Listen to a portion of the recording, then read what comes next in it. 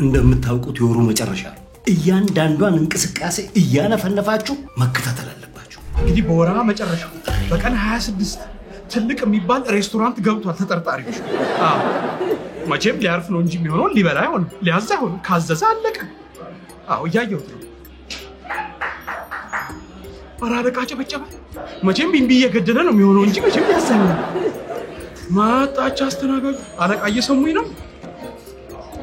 እያዘዘ ነው መሰለኝ። በየአይነት ቀርቧል ፊት ለፊቱ። አይ የእሱ አይመስለኝም፣ መቼም የሰው ነው የሚሆነው። ሊጠብቅላቸው መስሎኝ ነበር። እንደገና ደግሞ ሊታጠብ ሄደ። አለቃ ምንድን ነው ታጥቦ ነው እንዴ ሰው ምግብ የሚጠብቀው? ጎረሰው አለቃ። አለቃ ሞተናል በላው።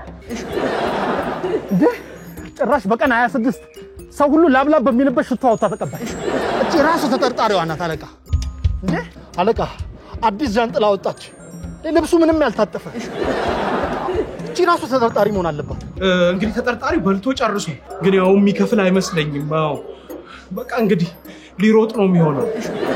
አሁን ነፃ ሆኗል። መጸዳጃ ቤት ሄዷል። በመጸዳጃ ቤት አድርጎ ሊያመልጥ ምን ያደርጋል? መቼስ በዚህ ጊዜ ሊከፍል አይችልም። አለቃ ጭራሽ ኮንትራት ከፍላ ነው የምትንቀሳቀሰው። እጅ ሊሰጥ ነው መሰለኝ። ጠራት ልጅቷ።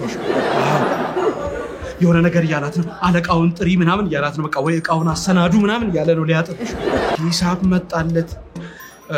በቃ አለቃ እንግዲህ ያው ቢሉን አይቼ ከዛ በኋላ እንዴት ባጥብ ይሻላል ብሎ ነው እንዴ። ኪሱ ገባ አለቃ፣ ኪሱ ገባ። ገንዘብ አውጥቷል እንዴ። ጌታ መጣ።